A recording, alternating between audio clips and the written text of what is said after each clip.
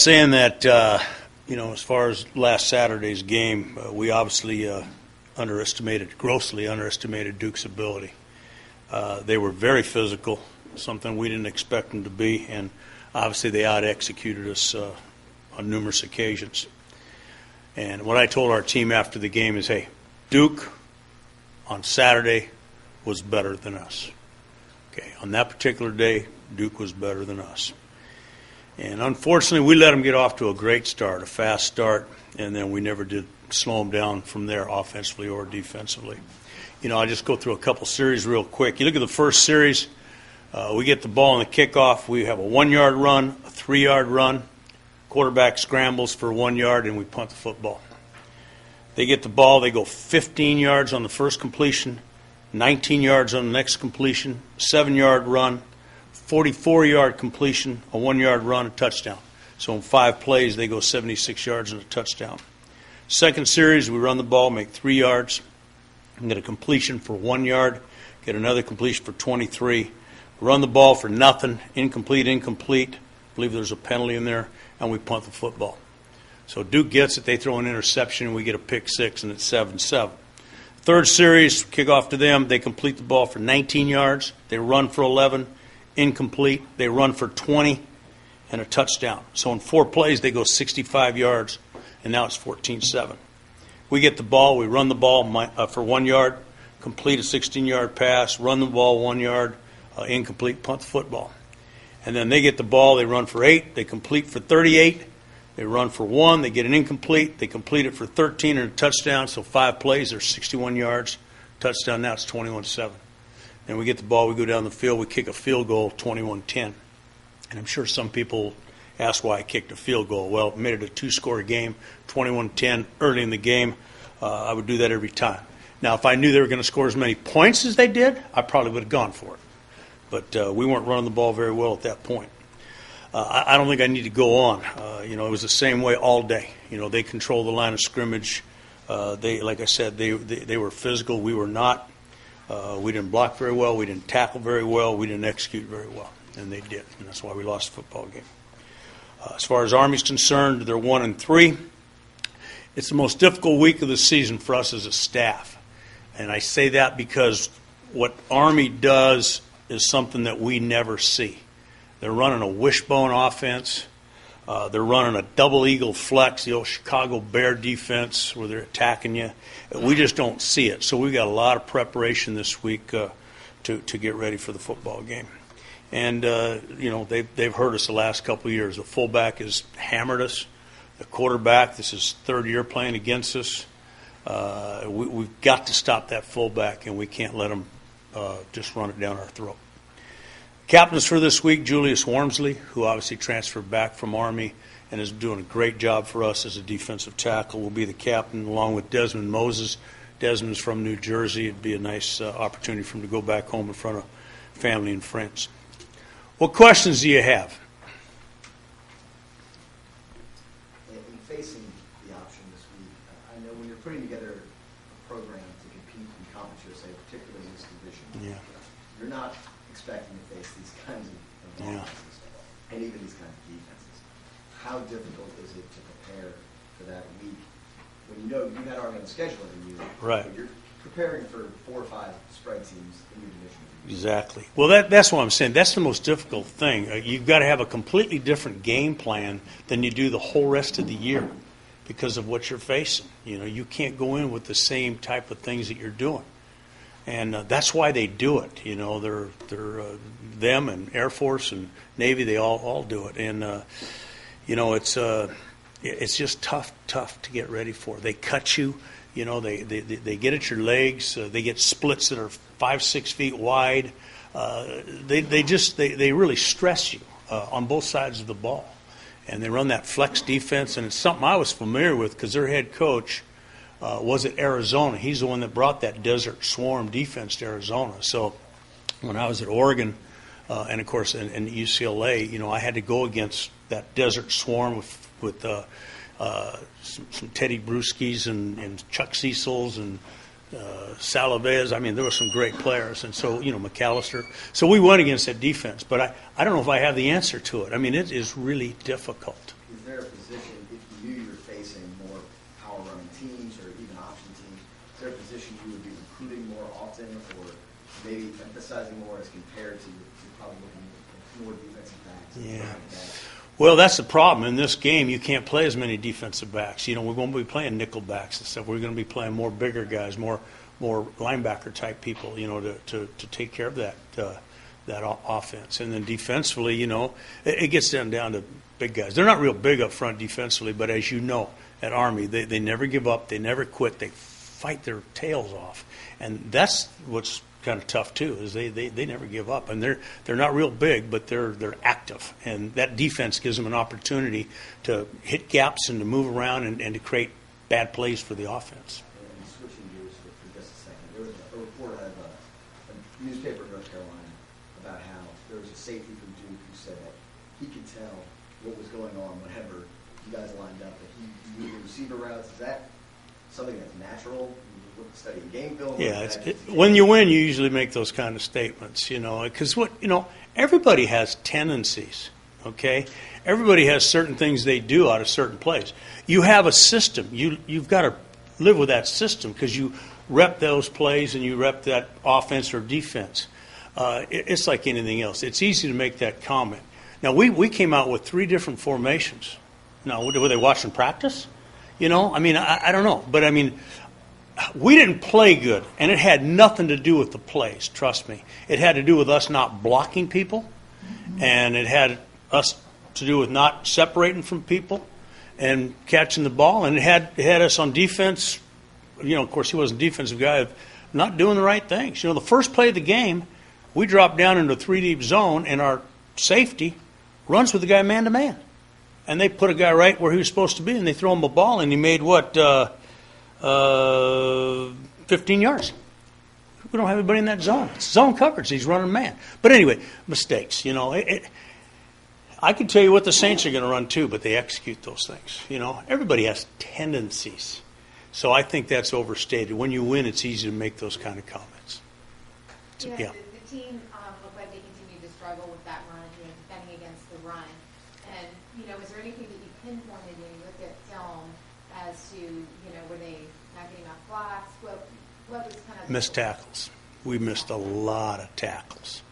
I mean, if you watch the game, I mean, that's what shows up. That's why I mentioned it. You know, they didn't really knock us off the ball as much as we didn't wrap them up. I mean, we made some hits, and then the guy just keeps running because we never did a good job of bringing him to the ground. You know, we got to continue to work at fundamentals of tackling and tackle people, getting off blocks.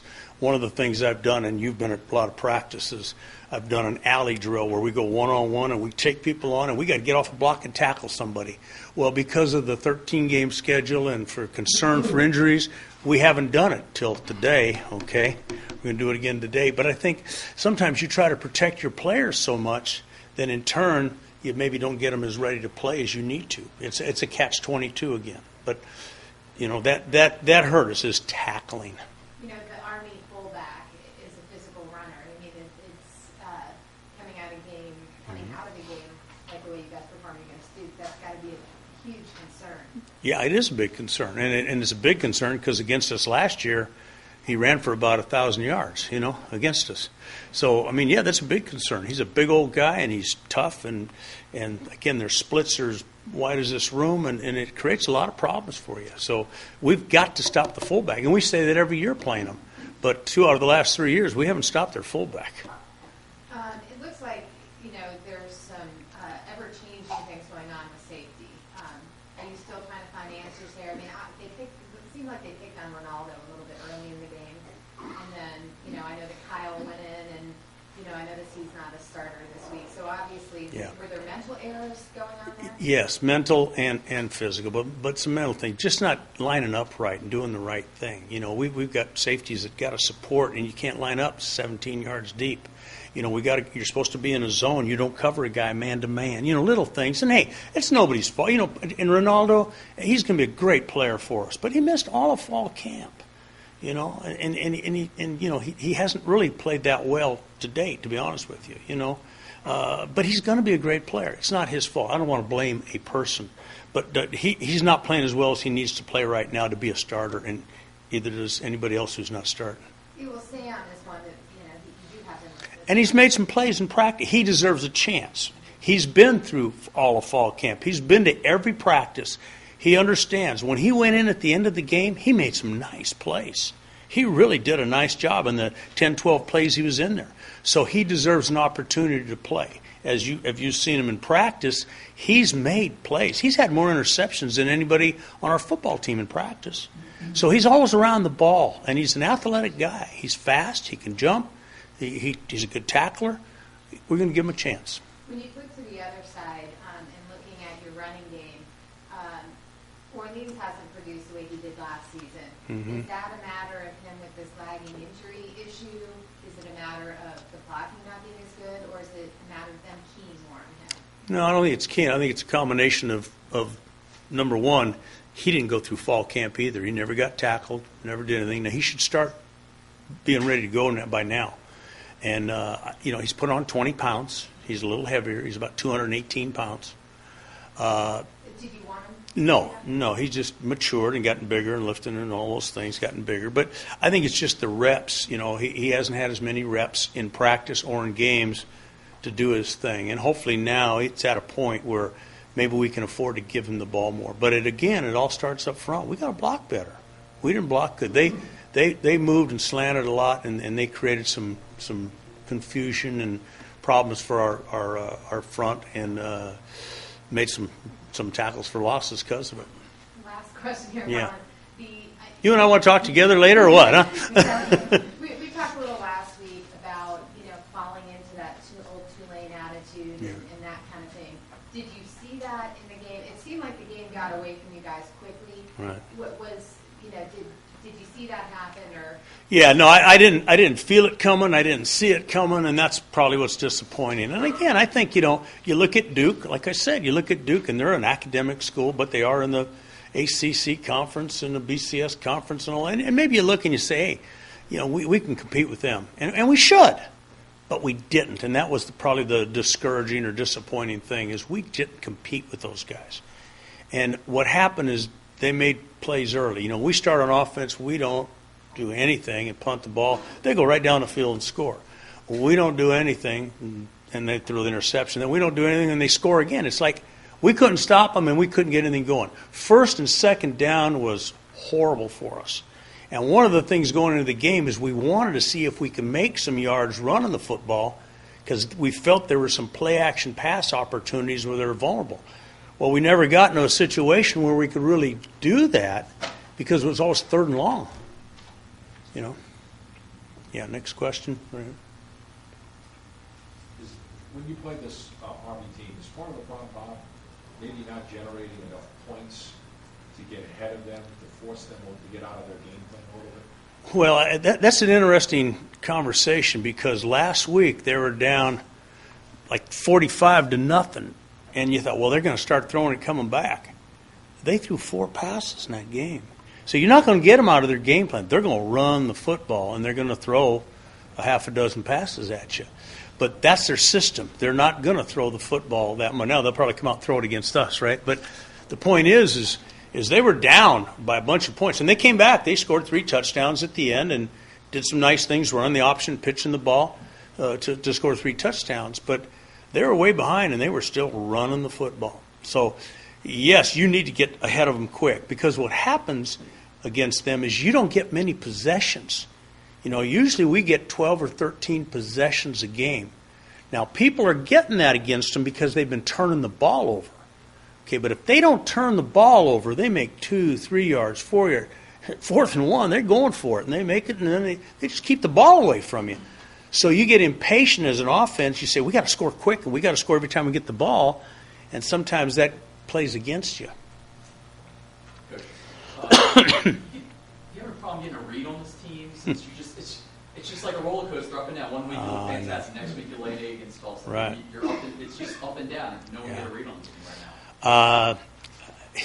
I wish I could. I really do. I'm as frustrated as anybody else, because I think we're ready to play. I think we practice hard. I think we're doing the right things, but then we get in the game and some things happen, and it just, it snowballs one way or the other, and again, we didn't make a lot of mistakes. We only turned the ball over really one time, so it wasn't that. It's just that we couldn't stop them and we couldn't generate any offense, and in turn, the game turned out to be the way it was. But I don't think it wasn't because we were ready. I don't think it wasn't because we weren't intense.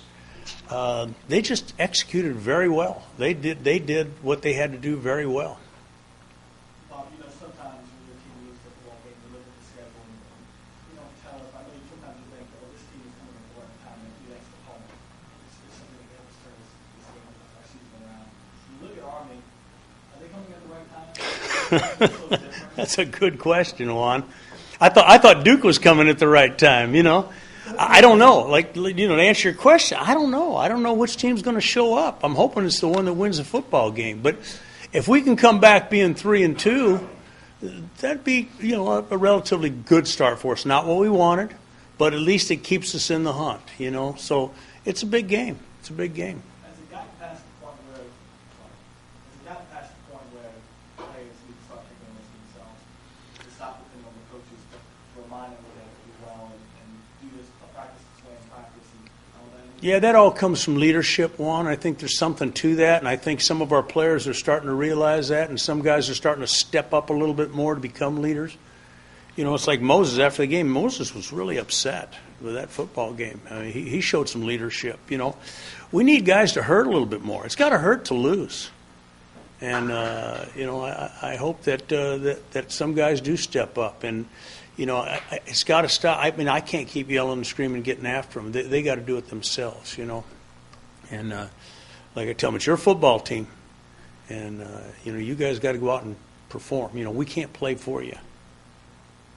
And, again, I hate to say those things like making excuses. I don't want to make excuses. I mean, we're all in this thing together. But we got to play better. Anything else? Thank you very much.